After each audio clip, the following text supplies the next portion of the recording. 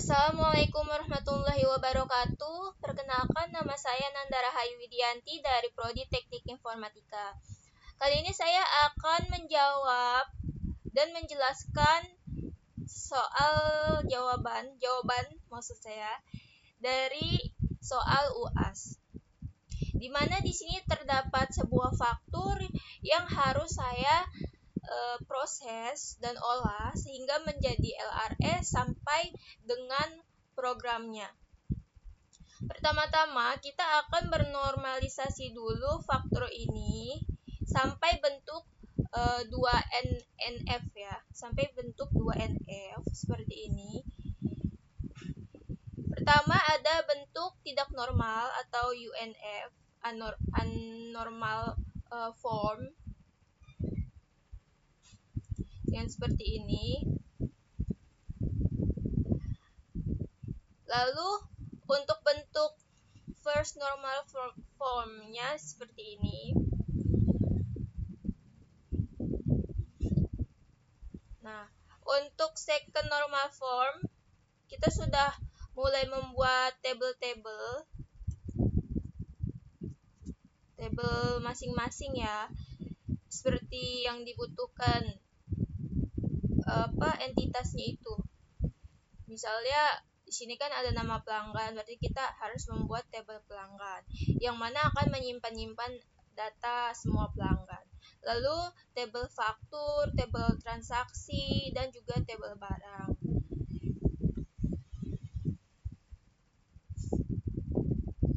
Ini semua tabel-tabelnya. Dan kita akan contohkan atau parodikan pembuatan IR diagram sampai dengan LRS. Pertama-tama kita akan menentukan entitasnya dulu nih, apa aja yang paling penting ya, entitas utamanya. Itu ada pelanggan, faktur, barang, dan juga transaksi. Lalu di tahap kedua kita akan menentukan relasi dengan matriks relasi. Jadi antar entitas ini saling terhubung untuk melakukan apa nih, seperti itu. Yang tahap ketiga, kita akan membuat RAD sementara ya. Ini buat bayangan aja atau contoh yang mana nanti akan kita kembangkan ke tahap selanjutnya. Di sini ada kolom pelanggan, ada pelanggan, barang, transaksi, dan juga faktur. Ya, jadi pelanggan itu membeli barang. Ya, deskripsi singkat itu pelanggan membeli barang, terus barang itu kan pasti nanti dibelikan. Oleh karena itu ada kejadian atau ada kegiatan transaksi. Setelah itu transaksi akan dicatat di dalam faktur, yang mana nanti faktur ini akan diberi ke pelanggan. Setelah itu kita akan mengisi kardinalitas. Kardinalitas itu kayak gimana? Kardinalitas itu hubungannya antara entitas satu dan entitas lainnya ya. Misalnya antara pelanggan dan barang. Pelanggan itu kan one karena dia satu ya, mulai dari dia seperti itu. Jadi pelanggan itu kan bisa membeli banyak barang sekaligus ya kan. Makanya entitasnya itu one to many. Pelanggan membeli barang. Sementara hubungan antara barang dan transaksi itu many to one. Artinya apa? Artinya setiap satu transaksi itu bisa berisikan banyak barang. Lalu hubungan antara transaksi dan faktur sama one to many to one juga ya. Jadi satu faktur itu bisa berisi banyak transaksi dan juga bisa berisi banyak barang seperti itu. Kenapa nggak misalnya banyak transaksi itu isinya banyak barang? Bisa aja, cuman nggak diperlukan kan, karena kalau bisa satu transaksi banyak barang, kenapa harus buat banyak transaksi untuk barang yang sama seperti itu kan? Kecuali kalau misalnya dia belinya di lain hari ya bisa juga. Kita akan buat secara sederhana untuk suatu pembelian seperti yang sudah dicontohkan, yang mana dalam contoh hanya ada satu faktur, artinya hanya ada terjadi satu kali transaksi. tapi membeli beberapa barang oleh satu orang pelanggan. Seperti itu. Nah, tahap kelima kita akan menentukan kunci utama nih apa aja. Kan ada entitas pelanggan, barang, transaksi, dan faktur. Kita akan menggunakan kunci. Misalnya untuk entitas pelanggan kita gunakan ID ya, jadi ID underscore pelanggan. Dan untuk entitas lainnya itu saya menggunakan yang lebih cocok itu KD ya, biar nggak bingung. Jadi saya pakai KD barang, KD transaksi, dan KD faktur. Selanjutnya kita menentukan atribut yang diperlukan. Atributnya apa aja? Ini kan sederhana ya, untuk pembelian yang sederhana dan untuk satu transaksi. Jadi saya membuat atribut yang sederhana juga. Untuk pelanggan misalnya, pelanggan itu terdiri dari ID pelanggan, nama, telepon, dan juga alamat. Selanjutnya, entitas barang terdiri dari KD barang, ID pelanggan, harga, dan kuantiti. Lalu, entitas transaksi itu terdiri dari KD transaksi, KD barang, tanggal transaksi, dan total harga. Setelahnya, ada entitas faktur yang isi atributnya itu ada KD faktur, KD transaksi, ID pelanggan. Kenapa saya nggak tulis satu-satu? Ya kan, padahal semuanya isinya itu mirip. Misalnya mulai dari barang juga tetap memerlukan kayak nama pelanggan, transaksi juga seperti itu.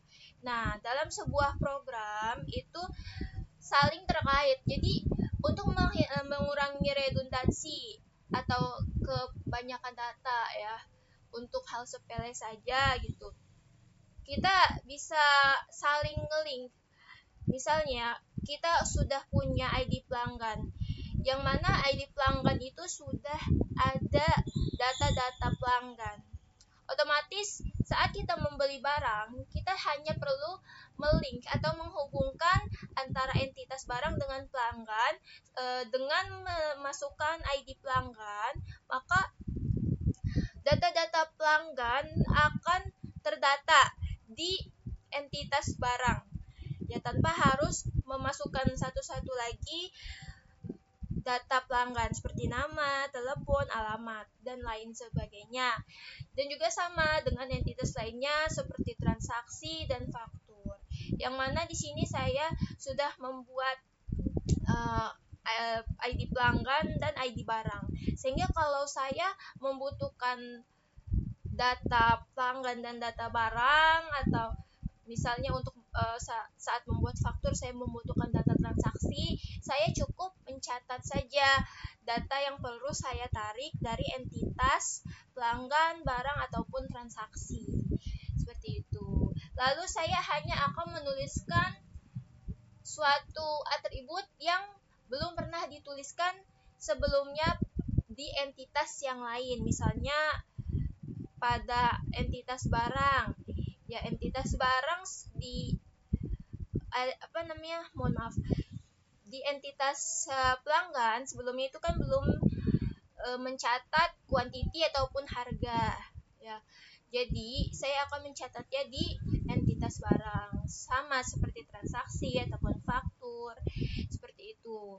Yang mana di transaksi ada total harga, karena entitas barang itu hanya mencatat kuantitas atau stok yang dibeli ya, terus sama harga satuannya. Sementara di transaksi itu mencatat total harga dari semua barang yang dibeli dan juga kuantitinya. Lalu di entitas faktur itu kan tahap akhir ya. Jadi saya ibaratnya seperti menampilkan saja, ingin menampilkan keseluruhan dari proses transaksi. Karena faktur itu akan diberikan kepada pelanggan. Di sini saya akan menghubungkan semua entitas ke dalam satu entitas, yaitu faktur. Jadi saya menarik semua itu dengan menaruh kode menaruh KD transaksi dan juga ID pelanggan. Dan yang pasti saya juga harus menaruh KD faktur, karena faktur itu entitas yang baru dibuat seperti itu. Selanjutnya tahap ke-8 saya membuat transformasi IRD ke LRS ya. Ini sama seperti yang sebelumnya, ini mirip, hanya saja di sini bedanya antara tahap 7 dan juga tahap ke-8. Saya akan kecilkan supaya kelihatan. Nah, seperti ini. Antara tahap 7 dan tahap ke-8 itu bedanya saya membagi suatu kegiatan, ibaratnya membagi suatu kegiatan. Misalnya pelanggan itu ngapain? Pelanggan membeli. Saya akan tandai dengan kotak yang bertitik-titik. Lalu barang itu kan dia diri sendiri ya, yang mana dia itu benda mati, nggak bisa bergerak. Jadi dia hanya dibeli atau dihitung total transaksinya. Jadi dia berdiri sendiri.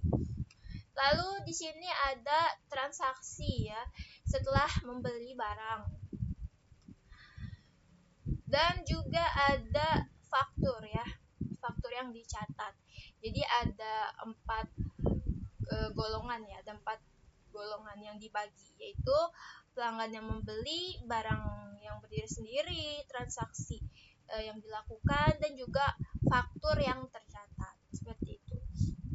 Nah, untuk tahap ke-9 di sini ada LRS yang terbentuk. Ya, ini tuh lebih ke ubah bentuk aja sih. Jadi bentuknya lebih sederhana dan juga secara tampilan lebih itu ya, tidak rumit, jadi lebih mudah dimengerti.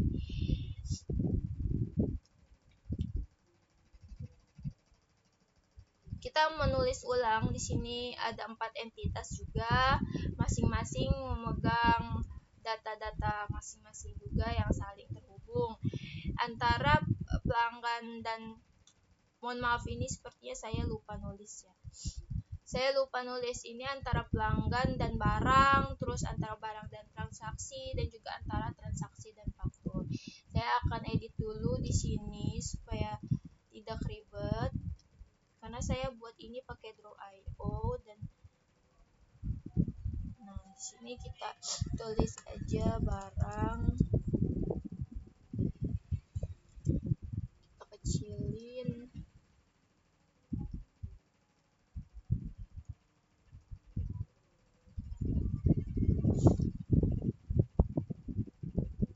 Seperti ini, kalau mau digedein juga nggak apa-apa.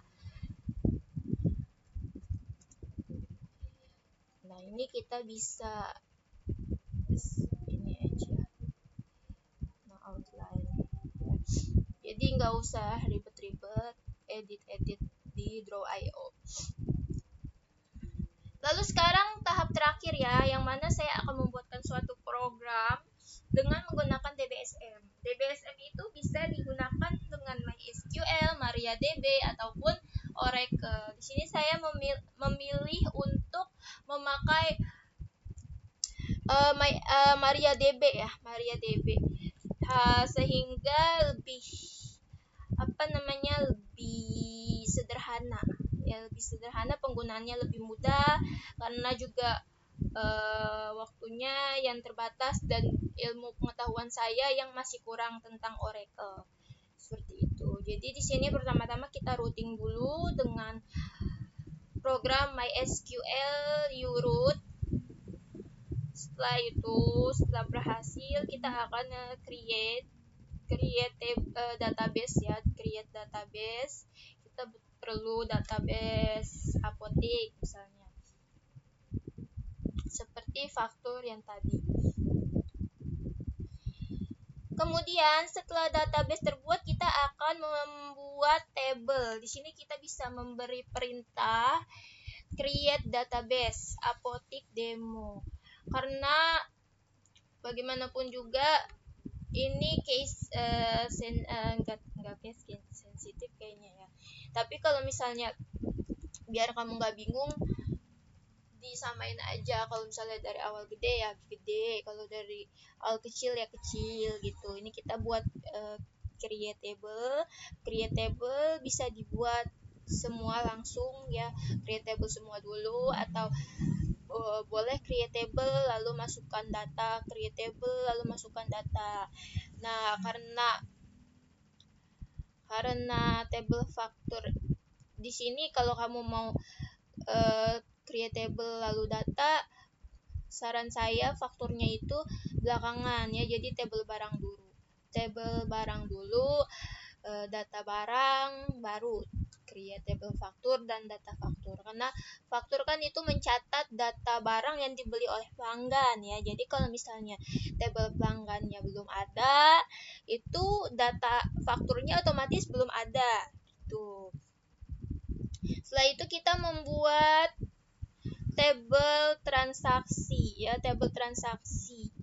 Dan kita juga masukkan data fakturnya ya, data faktur dan data transaksinya di sini. Ini data fakturnya. Ini tabelnya. Ini detail transaksinya.